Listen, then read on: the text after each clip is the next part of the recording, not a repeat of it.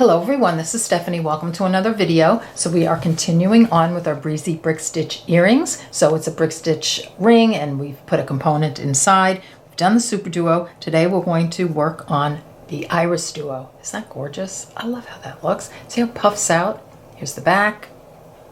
We'll probably do the diamond duo or gem duo next, I hope.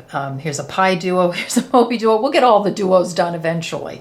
All right, so I'm going to launch right into materials list. So you need an 11/0 seed bead, and I'm using a Toho. So all of you who have all those Tohos and you're not using them, grab your Toho.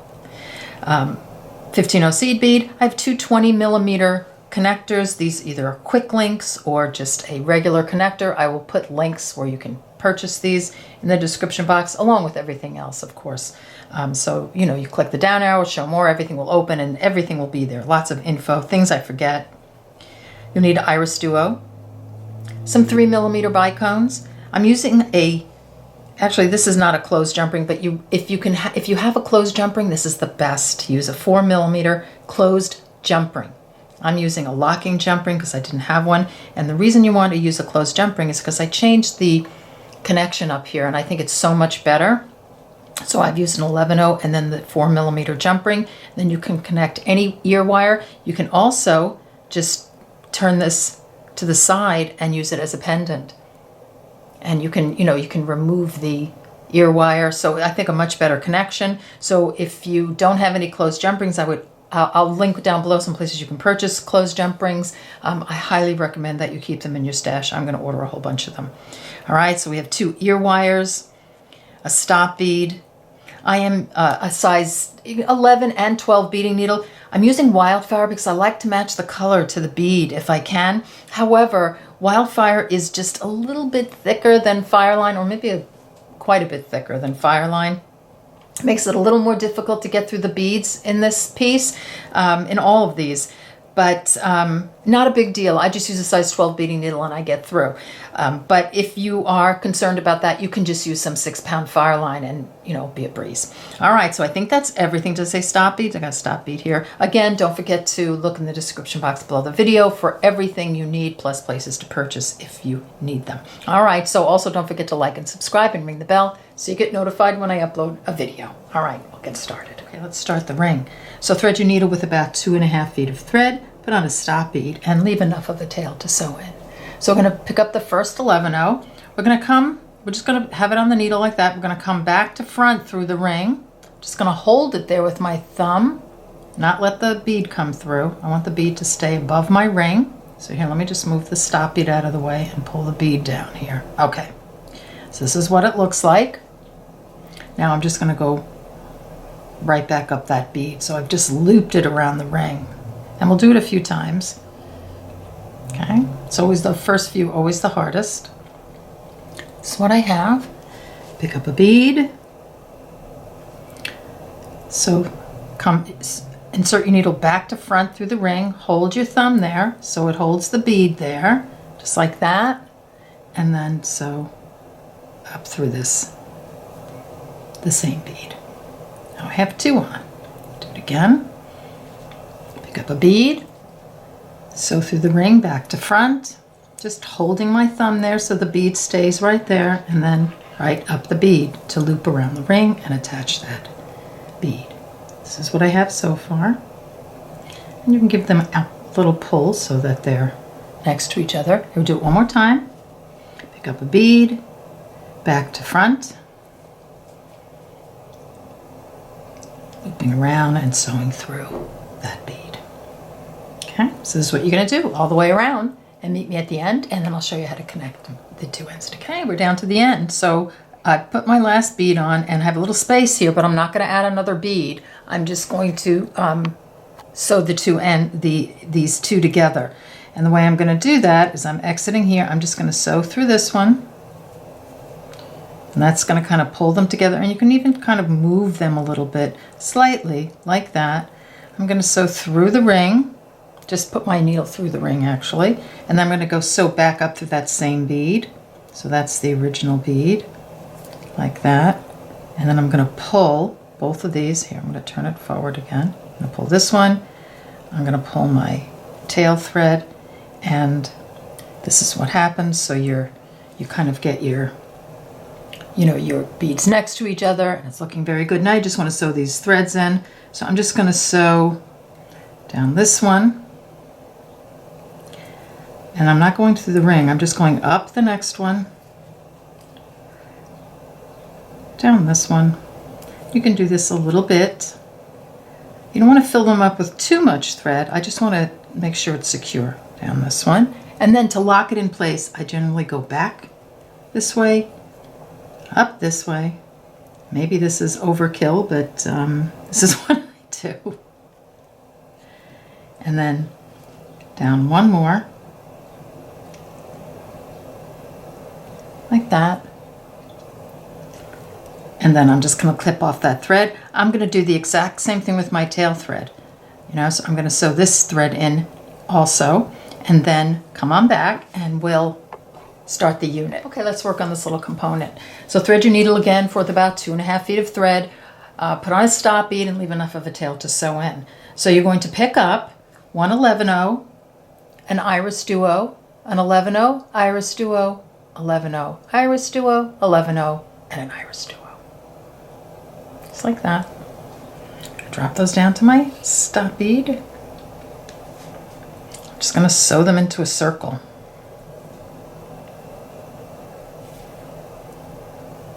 Like that. Now I think we could reinforce them, so go around.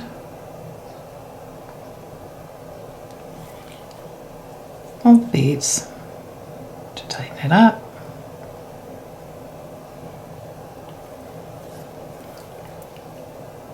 Past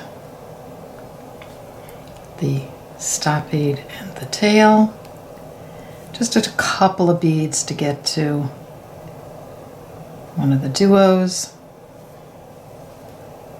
Like that. So now it's pretty much, I just did mine from the back, but so we'll turn it around to the front now. All right, so this is what we have. So I'm just going to let you get to that point and go back and we'll continue. Okay. So I'm exiting bottom hole of one of the IrisDuos, and I just situated the piece so it's comfortable for me to sew. So I'm just going to sew through the top hole, like that. Then I'm going to pick up an 11-0, a 3mm bicone, and an 11-0. I'm going to sew through the top hole of the next IrisDuo, 11-0, 3mm bicone, 11-0, through the top hole of the next one. Like that. Just do that 2 more times and then we'll continue. Okay, let's put the last 11-0 bicone, 11-0 on through the next IrisDuo, and then you're going to advance through the 11-0 bicone, 11-0, and the next IrisDuo. And you want to pull it, but you don't want to pull it so tight that it's gonna buckle, but it's going to start to curve a little around your finger. So do you see how the finished piece, it's dimensional, so this is what you want it. You want it to start curving a little bit. All right, so I'm exiting this IrisDuo. I'm going to pick up 6 15-0s, and I'm going to sew through the other hole at the top of this IrisDuo. So I have 6 15-0s on. I'm just going to let them kind of sit at the top like that. And then I'm just going to advance through the next 11-0 bicone, 11-0, and the next IrisDuo. I'll do the same thing on the next. For this IrisDuo, I'm going to pick up 6 of my 15-0s,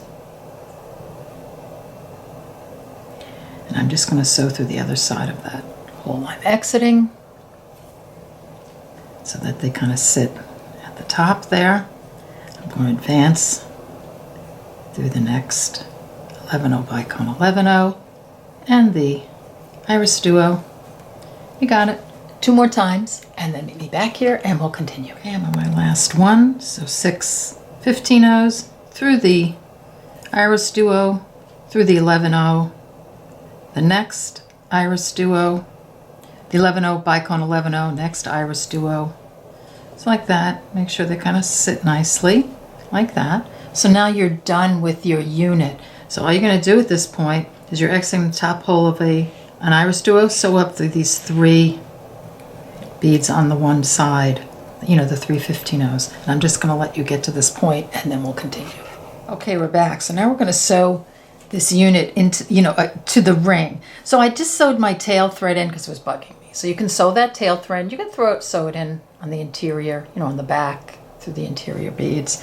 So I'm just gonna position my little unit, and it's gonna go sort of on top. It's not gonna, you know, you're gonna be sitting sort of on top of the ring. And I wanna attach this thread. It's coming out of the 3 beads on one side of a diamond IrisDuo. I'm gonna call it everything. I'm just gonna sew up through. I'm gonna actually try to find center, the 2 beads in the center at the top, 2 beads in the center at the bottom. That looks pretty good to me. I'm not counting beads. I'm eyeballing it. So I'm just gonna sew through one of the beads like that, just so now I'm connected.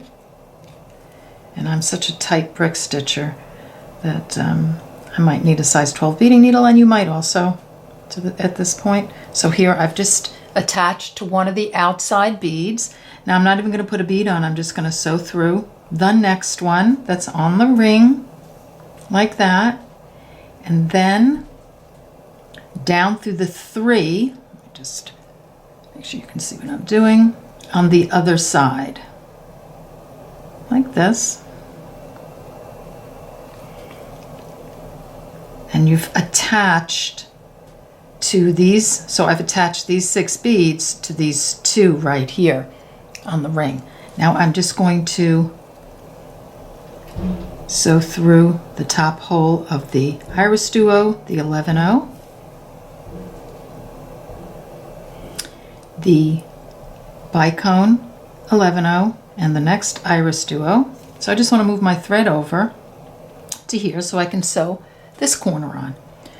So the only thing you want to just make sure of is that you're kind of, you know, centering it the best you can. I'm eyeballing it, like I said, so I think it's going to be fine. So I'm exiting this IrisDuo. I'm going to sew up through the 3 15-0s on the side, like that. And then I kind of situate the bottom one first and hold it with my thumb. And then I kind of know where I'm going to put that side one on. So I'm just going to sew through one of the side 11-0s like that. And if you mess it up and it's, you know, it's completely off and, you know, and it looks funky, yeah, just take it out. Down this one. Getting a little pull down the, whoops, down the 3 on the other side, 15-0s on the other side. It's a little picky at this point, but it's worth it. It's only a few times that you have to do it. So, and once you get the first 2 on, it's really easy. All right, so see how now I'm attached there. I'm going to sew through